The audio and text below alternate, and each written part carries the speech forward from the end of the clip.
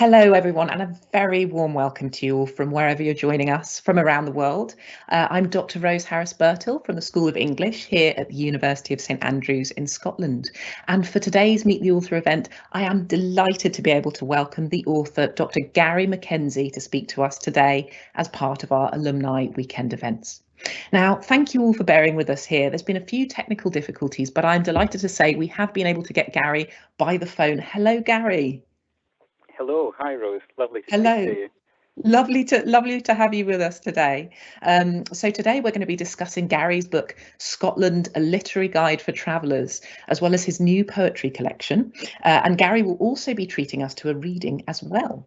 And in the second half of the event, we'll then take your questions for Garry. So please do feel free to post these in the chat as we go along, and we'll get to as many of these as we can. You can submit your questions for Garry just using the Q&A function. So please do post these at any point. So, to introduce our author then, well, Dr Garry MacKenzie is a poet and non-fiction writer based here in Fife in Scotland, and his poetry has been published in journals and anthologies including Antlers of Water, The Clearing, The Compass magazine and Dark Mountain. He was awarded an Emerging Scottish Writer residency at Cove Park in 2019, and he's a recipient of a Scottish Book Trust New Writers Award. He's won the Robert Maclellan Poetry Competition and the Wigtown Poetry Competition, and his book Scotland, A Literary Guide for Travellers is published by IB Tauris. Now, Garry is something of a super alumni here at St Andrews. He came here in 2003 and he's done 3 degrees with us, including a PhD in contemporary landscape poetry, and he teaches creative writing and literature. His first poetry book has also just been published and was actually launched just last night, and it's called Ben Doran, A Conversation with a Mountain. So without further ado, then, it gives me great pleasure to hand over to our author, Dr Garry MacKenzie. Thank you very much, Rose, and hi everyone. Obviously, it's a shame we can't be meeting in person in St Andrews. That would be by far the best way to be able to do a reading, but I hope this goes some way to making you feel like you're with us in Scotland, with us in Fife, and that my reading will give you a little sense of the country that you know well and the town that you know well also.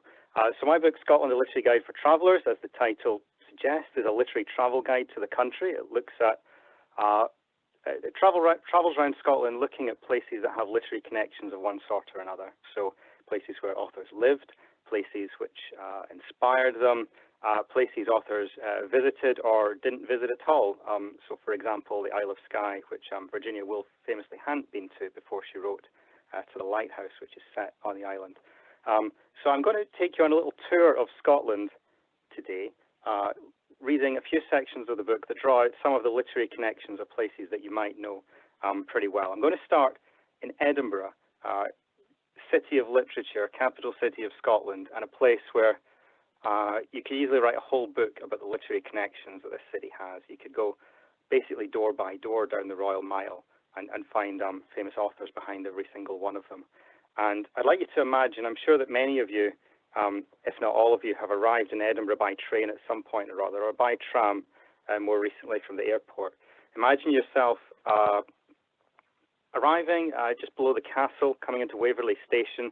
You see the magnificent Scott Monument beside the train station, kind of reaching up over you, this sort of strange Gothic spire that's sort of transplanted into the middle of a park. So that's where we are at the start of this book. This is the first chapter of my literary travel guide, and it takes you into the centre of Edinburgh. Arriving in the city. Edinburgh wastes no time in proclaiming its literary credentials. Arriving in the city by train, you disembark at Waverley Station, named after Sir Walter Scott's hugely influential novel, Waverley. Stepping out of the station onto Princes Street, one of the first landmarks you see is the Scott Monument, built after the author's death in 1832. The monument is a testament to Scott's influence on Scottish and world literature, but also to the vital role he played in the formation of Scotland's modern cultural identity. Although his reputation as a poet and novelist has diminished since he was a 19th century bestseller, it's fitting that a literary tour of Scotland should begin with the writer nicknamed the Wizard of the North, and Scott will be a presiding spirit as we travel around Edinburgh and throughout the country. Like a volcano on a fault line, the Scott Monument marks a boundary, in this case between the old and new towns of Edinburgh. When the monument is approached from Waverley Station, the focal points of the medieval Old Town, Castle Rock and the Royal Mile loom above and to the south. To the north lies the elegant New Town, an 18th century masterpiece of urban planning. At over 60 metres high, the Scott Monument is the tallest memorial in the world dedicated to a writer. It's hard to think of any other city that has honoured one of its writers in so physical a way. It's as if the Albert Memorial in London was dedicated to Shakespeare instead of the Prince Consort, and its primary station was King Lear rather than King's Cross. Scott was born in 1771, the son of an Edinburgh lawyer. He followed his father into law, but in 1802 began his literary career when he compiled and published the first volume of The Minstrelsy of the Scottish Border, an anthology of ballads and folk songs. Between 1805 and 1810, he published his own long narrative poems, The Lay of the Last Minstrel, Marmion, and The Lady of the Lake. These were phenomenally successful, selling by the thousand and garnering praise from contemporaries, including Lord Byron. The 1,000 guinea payment Scott received for Marmion was the first literary advance, and in 1811 he used his literary earnings to buy a farm in the Scottish Borders, which he developed into the Abbotsford estate. It was when Scott turned to writing novels, however, that he became a literary colossus. In 1814, his anonymously published Waverley was a sensation. The novel is an engrossing yarn filled with rugged landscapes, dangerous outlaws, and charismatic clan chiefs, set during the 1745 Jacobite Rising. Scott was astonishingly prolific. Over the next 17 years, he wrote a further 26 novels, as well as plays and non-fiction, and his work gained an international readership. Some of Scott's most popular books, including The Lady of the Lake and Waverley, are set in the Scottish Highlands, and these kick-started the Scottish tourist industry as people flocked to experience the sublime landscapes, tranquil lochs, and brooding castles that Scott evoked. In 1820, he was knighted by King George IV, and 2 years later organised the King's landmark visit to Edinburgh, the first by a reigning British monarch since 1650. For the occasion, Scott choreographed a tartan pageant. Even the king wore a kilt, accompanied by bagpipes and Highland dancing. Walking about Edinburgh today, with its barrage of busking pipers, whisky and shortbread gift shops, kilt makers and pseudo-Celtic souvenirs, you might be forgiven for thinking that Scott's pageant had never come to an end. Okay, welcome to Edinburgh and welcome to Literary Scotland. Thank you so much, Gary. That was wonderful. I have to say, on reading this book, I couldn't help thinking what a perfect choice this is at present, because while we've all had kind of travel restrictions and so on, it's taken me on a really vivid and colourful tour of Scotland, I think, during the lockdown. And your writing particularly brought the literary anecdotes to life, I found, particularly at the beginning, that wonderful passage that you just read, where we actually arrive in Edinburgh and you've got that sense of really emerging into a sort of wonderful kind of literary landscape, which is excellent. So the other thing I was going to ask actually is St Andrews features in there quite heavily as well. So we start off with Edinburgh, and as you move through the book, right at the back we have St Andrews, where we kind of finish at kind of where the book was born in a way. So I just wanted to ask if you could share a bit more about St Andrews' literary heritage for anyone that's unfamiliar. There's certainly a lot that I learnt while I was reading it. I knew we have a brilliant kind of array of literary connections here, but I didn't know quite how many until I read the book. So yeah, can you tell us a little bit more about that, Gary? Thank you. Yeah, I mean, St Andrews, being a university town, its literary connections and its intellectual connections go way back, and it's really a sort of intellectual powerhouse of Scotland. I mean, I don't need to tell that to many alumni of St Andrews who have been part of that process over the years. Yeah, so I mean, St Andrews has a great ecclesiastical history to it. Figures like John Knox, the great Scottish Protestant reformer, was based in St Andrews for a time, preached in St Andrews for a time. His influence on Scottish culture and on Presbyterian culture is massive, and is still almost evident in the buildings of St Andrews itself. one of the most interesting kind of little anecdotes, I suppose, that literary anecdotes to come up with St Andrews is when Samuel Johnson, Dr. Johnson, compiler of one of the first English dictionaries, visited St Andrews in the late 18th century. Dr. Johnson, for anyone who's struggling to place him, you might remember an episode of Blackadder where they are helping him to compile his dictionary but accidentally burn it, and they're having to invent new definitions off the cuff for words. There's a wonderful definition for a cat is not a dog. So that's a sort of comical version of Dr. Johnson. But so Johnson was the leading English man of letters, really, in the second half of the 18th century. Hugely influential literary critic. He wrote great works on poets and English history. And he travelled around Scotland with James Boswell, a young aristocrat, an urban dandy, a writer who was friends with Voltaire. And they met in Edinburgh and travelled north. They were travelling to the Highlands and Islands of Scotland, but briefly appeared in St Andrews first. And fantastic. There were the great and the good of the university welcomed Johnson with open arms and were sort of delighted in showing him around, held official functions for him. Someone showed him King James Library, which was the university library at that time. It said, "Isn't this the finest library in the land?" You know, very, very proud. And Johnson just kind of grudgingly said, "Oh, it's all right." He'd seen better. But nevertheless, he sort of gave it some sort of grudging admiration.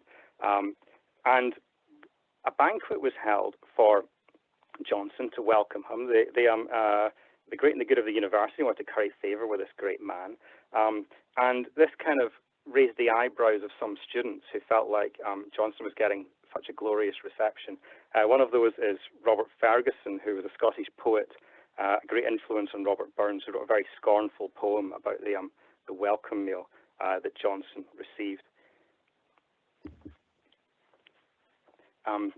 And later on in the 19th century, Margaret Oliphant, who was one of the best-selling authors in the second half of the 19th century, revisited King James Library, I suppose. She wrote a ghost story set in the library with someone seeing a kind of ghostly figure through a window while she was there. So I'm just pausing because I think I now have access to the Teams meeting. I don't know if anyone's able to allow me into that with my camera. Wonderful. Welcome. It is lovely to be able to see you and to make contact. Thank you very much for being prepared to continue by phone. Thank you. That is so much easier. I was kind of juggling my book and the phone, which is a bit of a skill that I've not learned before. So it's wonderful to be here. Hello, everyone. And I'm glad you can see my face now. When you were saying I was a super graduate, Rose, I actually wanted to show off a piece of clothing, which is even rarer than a red gown, I think. Oh, please do. Which is a piece of branded accommodation clothing from Hamilton Hall. Hamilton Hall is a hall of residence, which is now so old that undergraduates starting pretty soon won't have been born when it closed. So I feel incredibly old sharing that, but I wanted to share that. Let's get back to the book if you want. Fantastic. Yes, great. That's wonderful. Thank you. Thank you so much. Can we see that again, Gary? If you can hold that up. That sounds like a wonderful piece of textile history that you have there. Let's see the logo. It is. No idea how much it's worth. There we go. Hamilton Hall, I think you can just about see it. Oh, fantastic. Yes, right. That's wonderful. Thank you. Lovely. Yeah, so back to St Andrews. It is a place that people visited, a site of pilgrimage. Obviously, in the medieval period, it's almost a site of literary pilgrimage afterwards. So Robert Ferguson was a student there, a poet who had a very troubled life and very troubled mental health and died very young. There's a memorial on the Royal Mile of Edinburgh, a statue of Ferguson, which you can see now, a very recent statue. He was based there, and he became an influence on Burns, and poems such as his riposte, if you like, to trying to curry favour with Dr. Johnson. That was a specific poem which influenced Burns later on. And then into the 20th century, St Andrews again became a real hub of the literary world and Scottish literary culture. So two of the people who were based there were the Muirs, Edwin and William Muir, two of the great literary well, actually, William Muir, I'd say, is one of the great literary intellectuals of 20th century Scotland. Edwin, I'm not quite convinced. I think he was, piggybacking on his wife's intellect. She was a graduate, an early woman graduate of St Andrews. She was from the east coast of Scotland, so Montrose, if I remember rightly, just a little bit north of St Andrews, but they lived in St Andrews for a while. Edwin was a poet in particular. Willa wrote a great book, pioneering book on the Scottish ballad tradition. So, the tradition that Walter Scott made his name on, she sort of returns to that and unpacks it for a new generation, with a lot of the sort of argument that maybe you and I as 21st century literature critics, Rose, might not make. Lots of Carl Jung in there, for example. And you're like, oh no, don't go back to the dreams, Willa, just give us something else. But they lived in St Andrews. St Andrews had a sort of publishing hub in a way, centred around what's now Innes's bookshop on South Street. There was a printer there, which was associated with Hugh McDermott, one of the leading pioneers of modernist literature in Scotland in the 20th century. He brought Scottish literature, I think, into the 20th century pretty much single-handedly. Kind of invented the notion of Scottish literature over again, because by the early 20th century, people, especially T.S. Eliot, the great poet, made the argument there's no longer such a thing as Scottish literature. It's been incorporated into British literature or English literature or something like that. McDermott said, no, I'm going to do stuff that's distinctively Scottish, but is also engaging with the modern world. He wrote Scots poems engaging with Einstein's theories of light, for example, whereas people had been writing Scots poems before that about sentimental cabbage patches and so on. So McDermott, like the Muirs, was based in St Andrews for a time. They met up, they talked about literature. The Muirs have a sort of permanent place in literary history through being the first English language translators of Kafka as well. So people discovered Kafka. Kafka's become an immensely influential writer. They were the first people in English to translate Kafka from the German. I think, if I remember rightly, the credit was given to Edwin, but this is totally Willa's. She was a language graduate from St Andrews. She was the one that translated it, as far as I'm concerned. I did have the wonderful serendipitous joy in the university library a few years ago of getting a book of German poetry off the shelf. Just a hardback book, it's got the barcode on the front. It probably still had the kind of form for the stamps on the inside for issuing the book, and it had Edwin Muir's name handwritten on the inside of the cover, and then it said donated by Mrs. William Muir to the university library. Wow. Yeah, it was a difficult thing to return to the library after I'd discovered this. I was so excited by it that this was like from their personal collection. I did tell someone in the library, this is like, this is a book that should be kind of, people might want to study this, and it was difficult to know, are these handwritten notes, are these handwritten notes that the Muirs made, or are they from an undergraduate of the last 70 years? Who knows? And I kind of wished I could unpack that. Anyway, so in the 20th century, St Andrews became a great centre for some of the leading literary intellectuals, cultural intellectuals of Scotland. And more recently, we were talking about this before, Rose, it's got this interesting sideline in connection to crime fiction, and which is kind of funny because you don't look at St Andrews and think this is a great place for hard-boiled crime, it's but it's got a bit of a what shall we say, a reputation in Scottish crime fiction now. I mean, first of all, Ian Rankin, maybe the leading Scottish writer the last, well, if you take out J.K. Rowling, the leading Scottish writer of the last 100 years, I guess. He came on childhood holidays to St Andrews. He's immensely fond of the place. It's a formative part of growing up for him. He wrote a short story for the Book of St Andrews, an anthology that Robert Crawford edited maybe about 15 years ago. He wrote a short story in which a body is discovered in a rock pool down below the castle, you know, kind of round the corner. Go to Castle Sands, as you know, people will remember going down the slope to Castle Sands, clamber over the kind of rocks that jut out, go around the back of the wall below the castle, and a corpse is found there. Incredibly kind of dramatic opening to a story. And the other crime writer, and again, this was a writer that you mentioned, Rose, that you kind of know well, is Val McDermott, who one of her most famous books, The Distant Echo, is set in St Andrews, or the first sort of sizable chunk of the novel is set in St Andrews, where some undergraduates sort of tottering home from a night out at the Waypat, I think. I think it's the actual pub. I forget if it's named, if it's mentioned by name in the novel, or if it's given a sort of pseudonym, but it's definitely the Waypat. They're sort of staggering home from there towards David Russell, and for some weird reason that I think is just for the contingencies of what fits with a good novel, they go past Hallow Hill, which is, as you might know, just above Lade Braes. It's a hill which had an ancient burial site on it. It's been fairly recently excavated, and they've got the kind of open kind of tombs lined with stones that you can see on this pastoral grassy slope.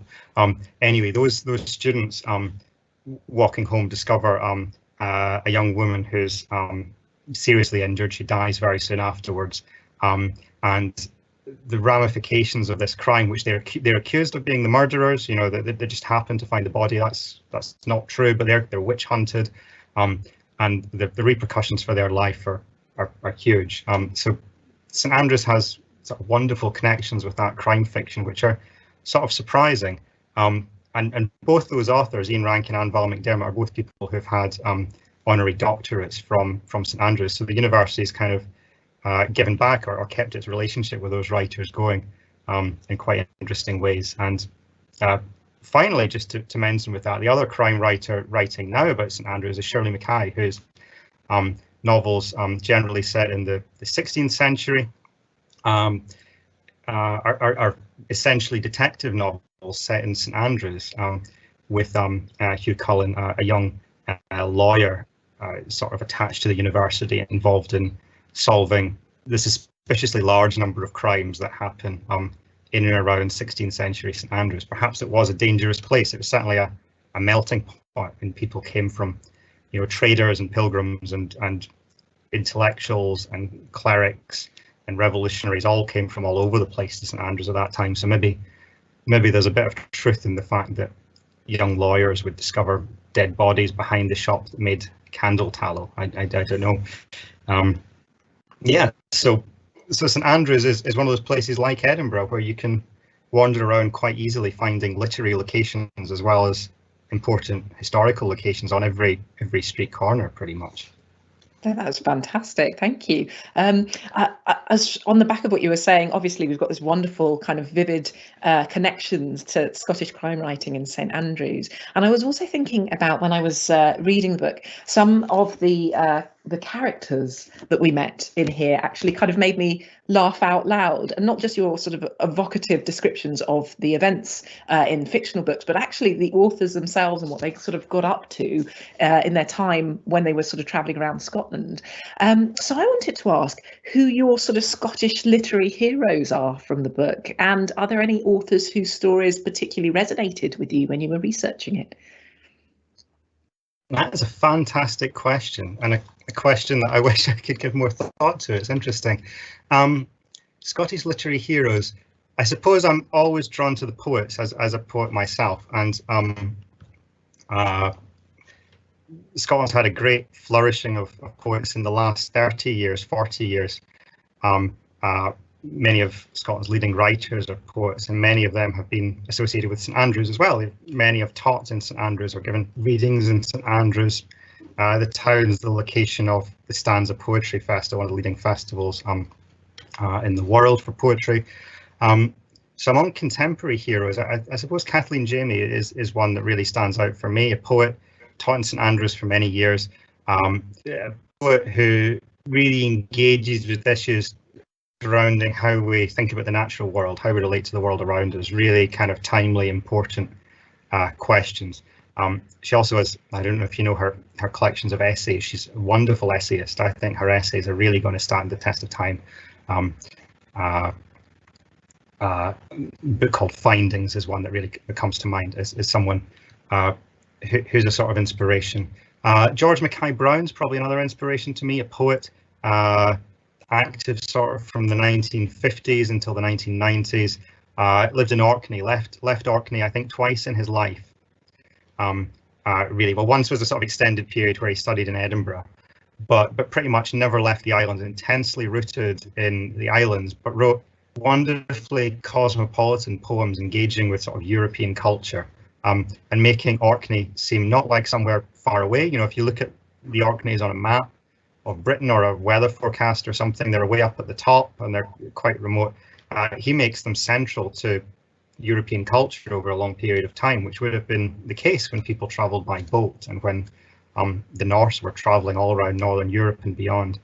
I'm really excited by the idea of Scotland interacting with places from all around the world and cultures from all around the world. I think that's an important thing to talk about with Scotland and to celebrate with Scotland. Thinking about how Scotland's always been made up of groups of people that come to the country, that settle in the country, that bring their own culture and create this kind of new, exciting thing.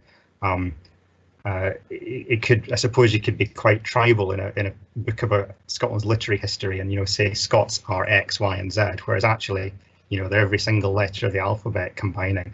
And I love how George Mckay Brown can do that in really simple, pared down, beautiful, crystallized poems. In terms of eccentrics, that's probably going back to your question again, some of the characters in Scottish literary history.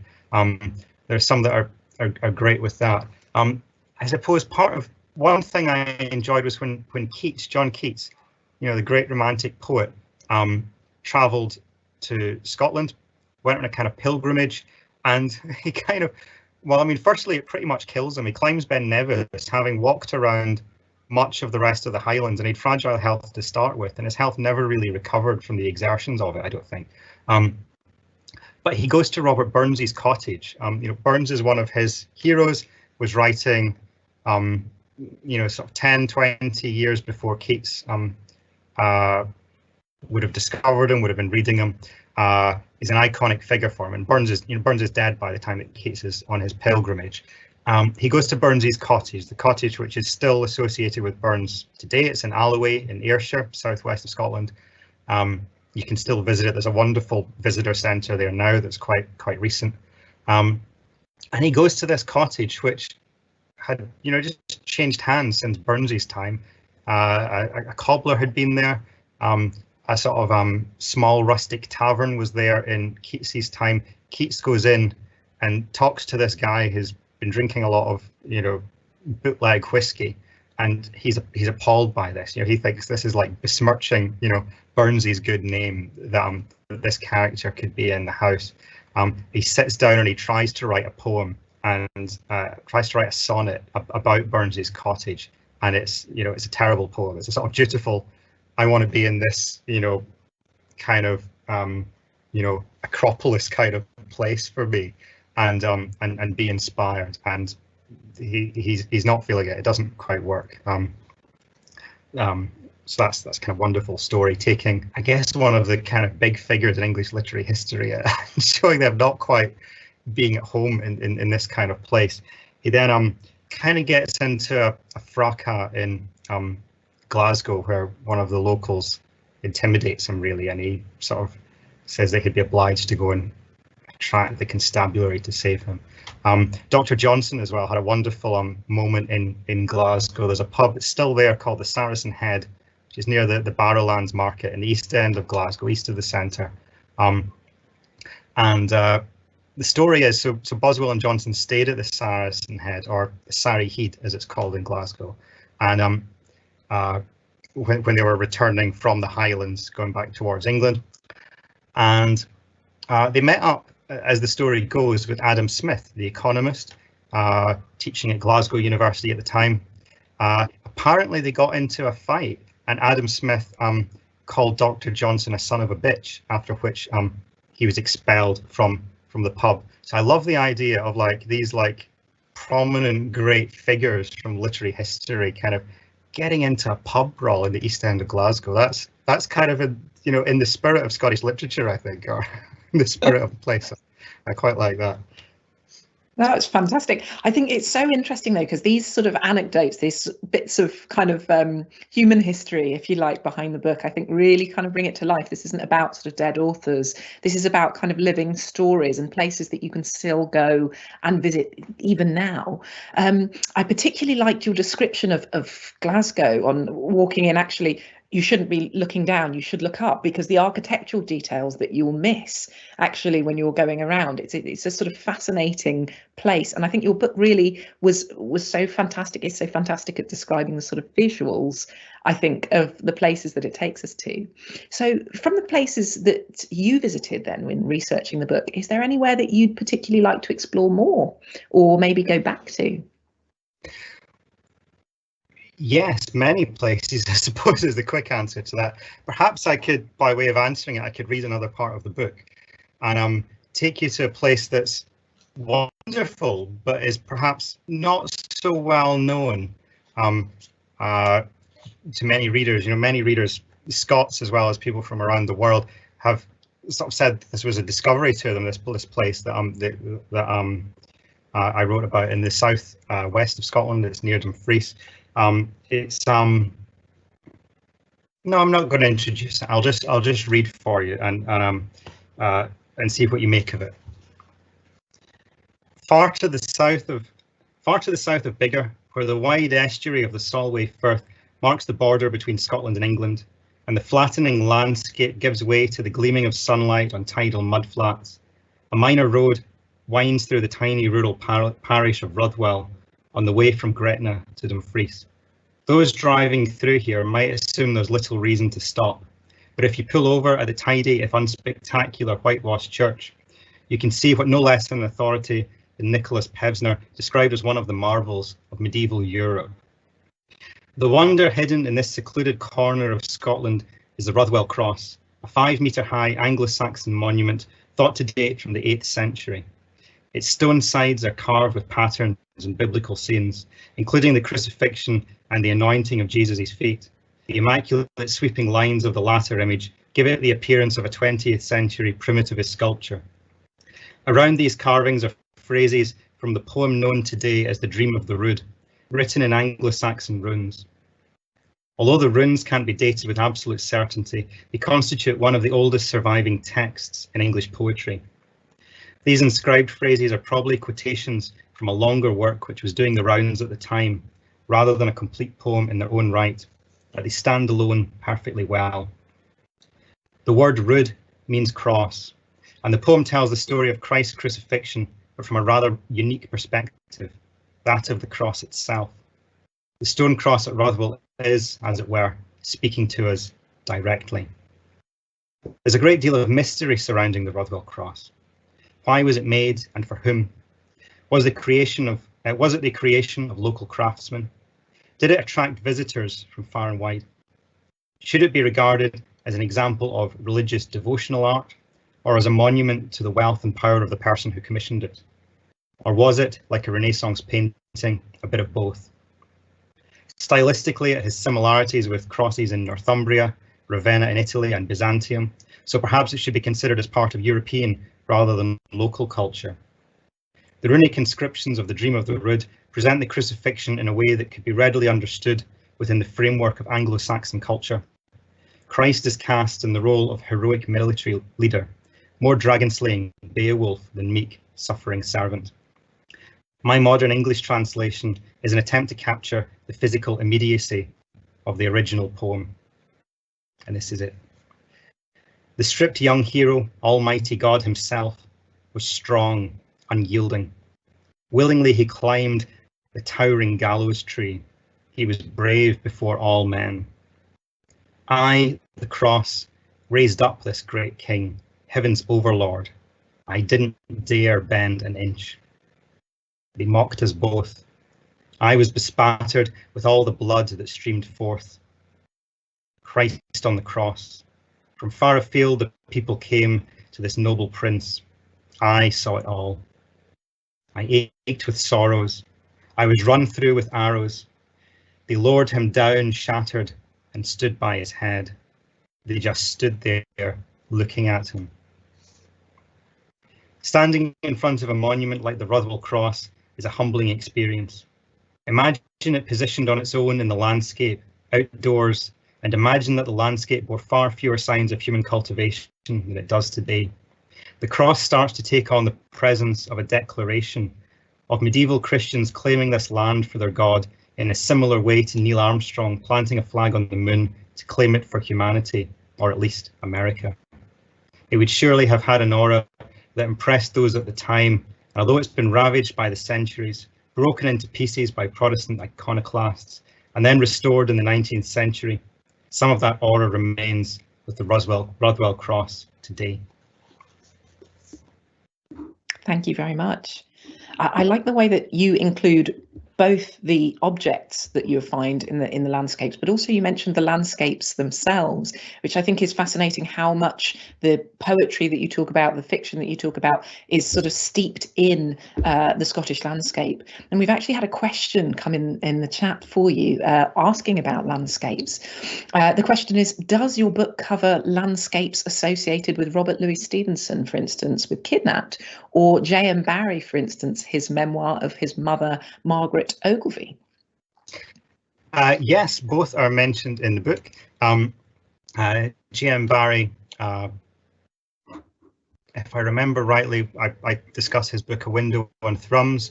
Thrums is a fictionalized version of the town in Angus that he grew up in, and Thrums are sort of loose ends at the end of a weaver's thread. It was a town where there was a cottage industry in weaving, and he took this kind of ubiquitous artifact and kind of, named his fictional town after it, and really draws very heavily on his mother's anecdotes and memories and experience of life in the town in that book. Stevenson, 100%, is one of the, Kidnapped is kind of one of the great road trips of Scottish literature. There's no other way to put it. It's in the tradition of Walter Scott. Walter Scott is the first person to do this kind of picaresque journey over the Scottish landscape in fiction. Books like Waverley, Red Gauntlet, Rob Roy are all really, on one level, I would sing Walter Scott's praises for a long time, although he's such a dated writer and completely out of fashion.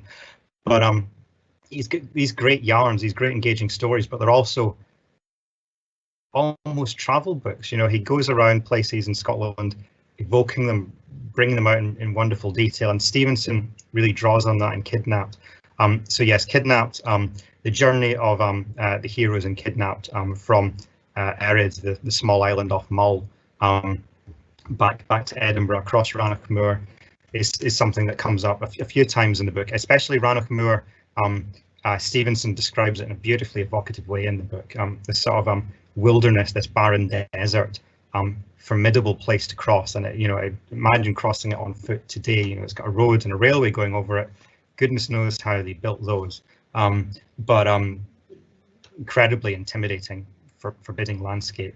I take issue with the idea that it's a desert. Ecologically, it's a very rich place, a very important landscape to be preserved now. But Stevenson's writing at a different time, and a time when you look at that place and think, we can't make anything of it. It's not a place for people really to live or to make a living. So Stevenson, a great person to write about for literary travel, because Kidnapped is kind of doing the job for you in a way. It is literary travel, or it's certainly travel. I also kind of pick up that very familiar argument of Jekyll and Hyde, one of his other really famous books, ostensibly set in London, and a few places in London are mentioned. Soho is mentioned, for example, but the place and the setting of that novel really feels like Edinburgh, you know, to such a large extent, with the sort of dingy, higgledy-piggledy, dark, blackened buildings side by side with the elegant, wealthy, kind of respectable Georgian terraces and townhouses. That kind of setting, plus the fact that half the characters speak with a Scottish accent, and they're all doctors and lawyers, of whom Scotland was producing many in the 19th century. Yeah, I kind of explore the idea that the London of Robert Louis Stevenson's Jekyll and Hyde is actually a thinly disguised Edinburgh. Stevenson, I suppose, is another great character as well in Scottish literature, in that he, you know, grew up in one of the most respectable families in sort of middle class Scotland. His family were the great engineers who built lighthouses all around Scotland. They built Anstruther Harbour, which is close to where I live now. Stevenson, as a teenager, was there while his family were working on that harbour.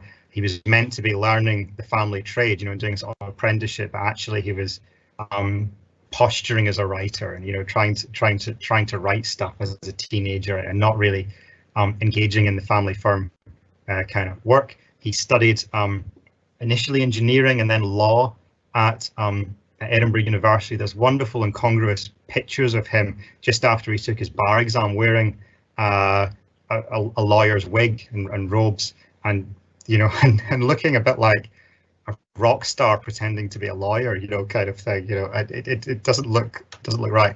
But, you know, he was, you know, infamous in the Edinburgh of his time. You know, he was familiar enough with the prostitutes of Leith that they had their own nickname for him, Velvet Jacket, because he wore a dapper velvet jacket at all times. So yeah, that's a little tip that you might not know about Robert Louis Stevenson and his his personal life. That's fascinating.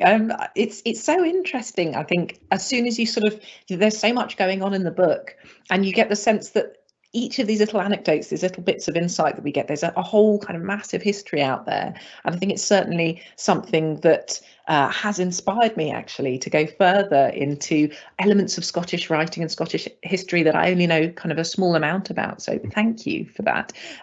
Now, if we have time, I would very much like to also discuss your new book. This is hot off the press, launched only yesterday. This is Ben Doran, A Conversation with a Mountain.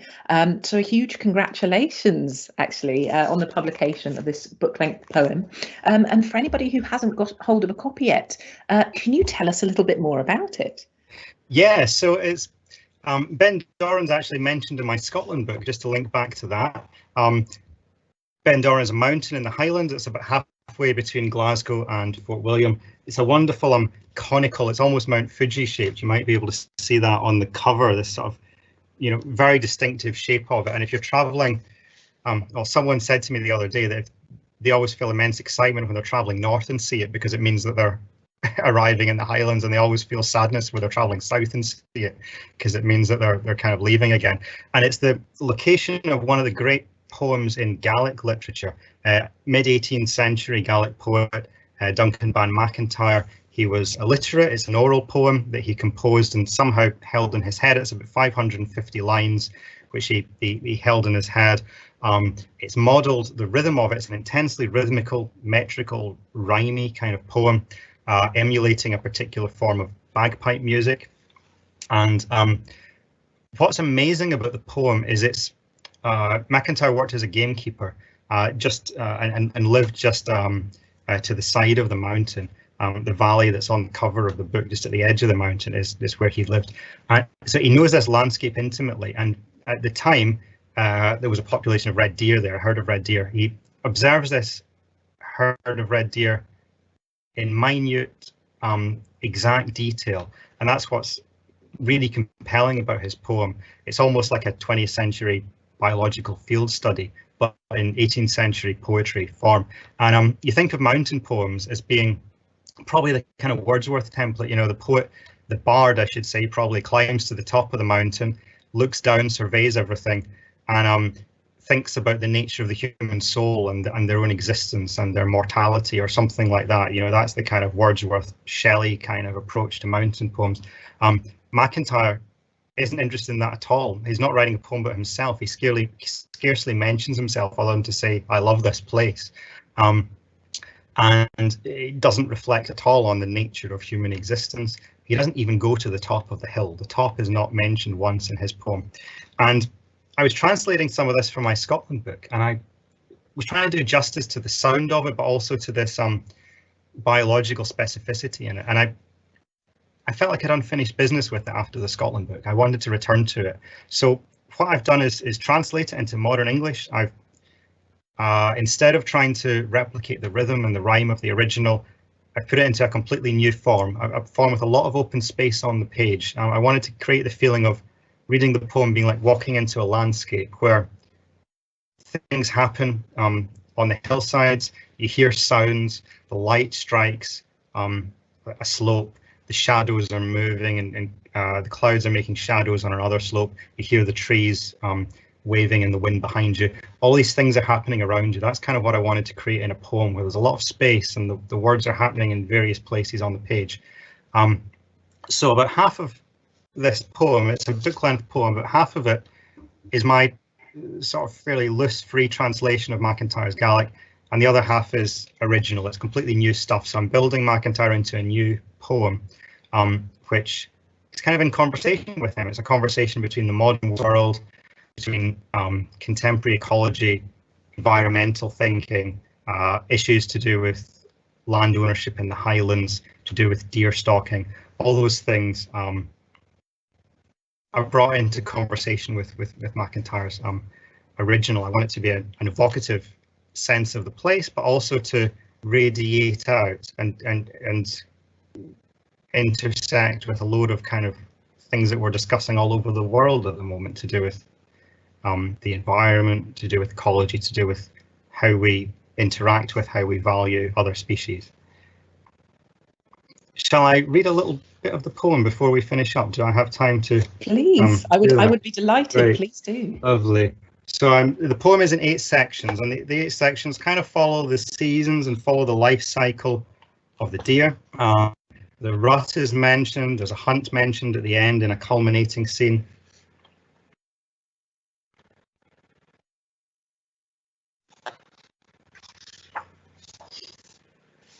So this is from near the start of part 4. It starts with a reference to a wonderful piece of very old Gaelic literature. It's Marginalia in an illuminated manuscript. A monk has been copying out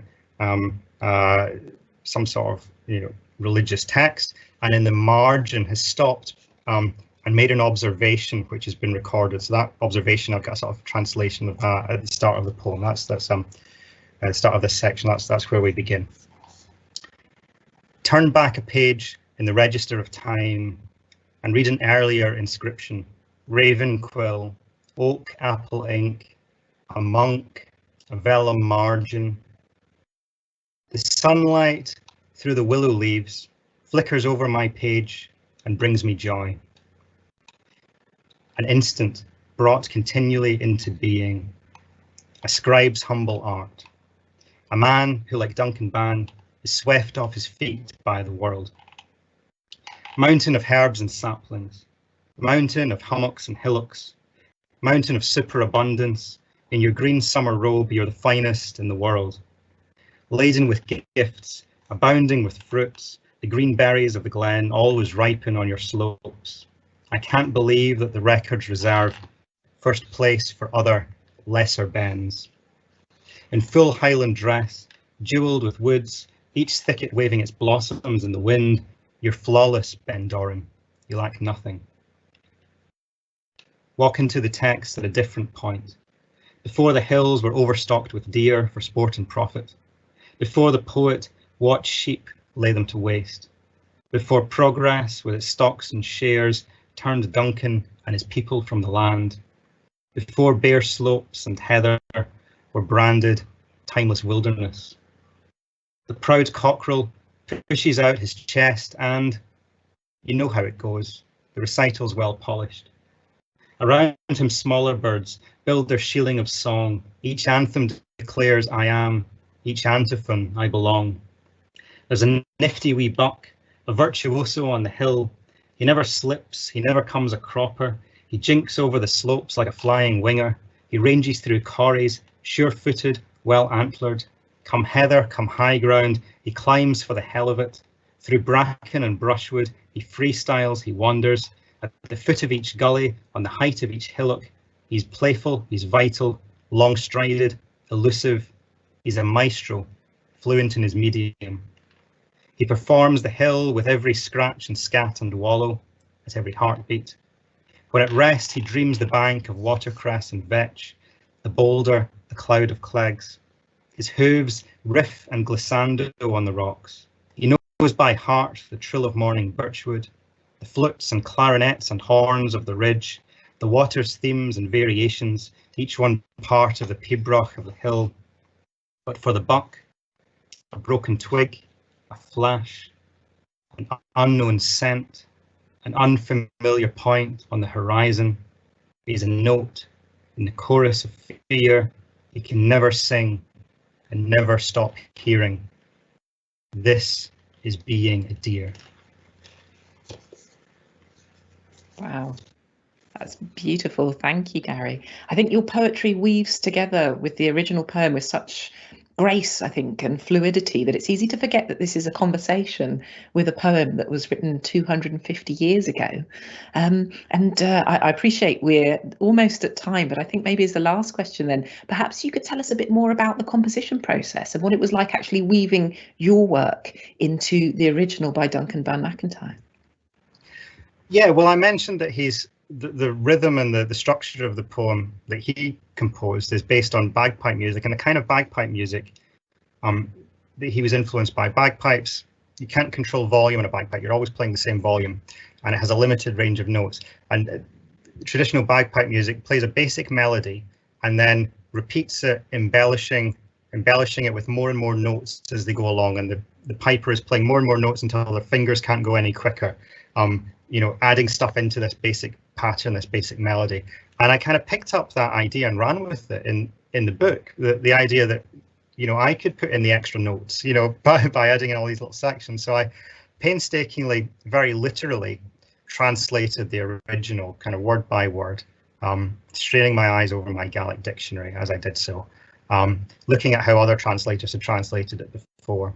And then I just looked for places where there were gaps where I thought, wouldn't it be interesting to pick up on this and riff on it, you know, like a musician, to expand on an idea that's in the original and see where it goes, and maybe to bring in language, references, other kind of themes that resonate today and resonate in the way we think about the environment today, and just see how the things can work together. There's a quote in the poem from a wonderful American poet, Jory Graham, saying something like, things can be adjacent and that adjacency creates a glow of meaning.